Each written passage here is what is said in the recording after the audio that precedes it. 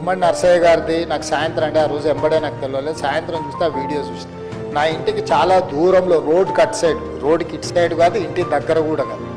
వారు పాపం దూరంగా నించున్నారు. ఒక పిల్లోడు ఎవడో వీడియో తీస్తున్నాడు. ఆ వీడియో తీసేదో పోస్ట్ చేసినట్టు వాళ్ళు మా ఇంటి దగ్గర కూడా రాలేదు.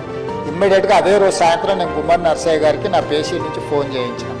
నెక్స్ట్ డే పొద్దున రాండి ముఖ్యమంత్రి గారు కలుస్తారని.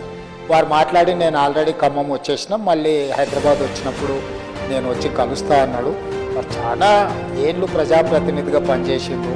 రెండవది వారు సొంతంగా ఏం అడిగే, నా కమ్యూనిస్టులను కలవడానికి నాకు కొంచెం ఎప్పుడూ ఉత్సాహం ఉంటుంది. ఎందుకంటే సొంత పేరులు ఏం అడగారు. ఏదైనా పబ్లిక్ ఇష్యూ ఉంటే అడుగుతారు, చేయగలిగింది ఉంటే చేస్తాం, లేనిది ఉంటే వివరిస్తే అర్థం కూడా చేసుకుంటారు. కాబట్టి గుమ్మడి నర్సయ్య గారి పట్ల కూడా ముఖ్యంగా ప్రజాప్రతినిధులు ఎవరైనా ఒకప్పుడు వాళ్ళు ఈ సభలో చాలా ప్రముఖ క్రియాశీలక పాత్ర పోషించిన వాళ్ళని ఎవరిని కూడా నేను ఎప్పుడూ ఇగ్నోర్ చేయను. ఏదైనా అనుకోకుండా చిన్న చిన్నవి జరిగినా వెంబడే సర్దిద్దుకోవడానికి ట్రై చేస్తాం.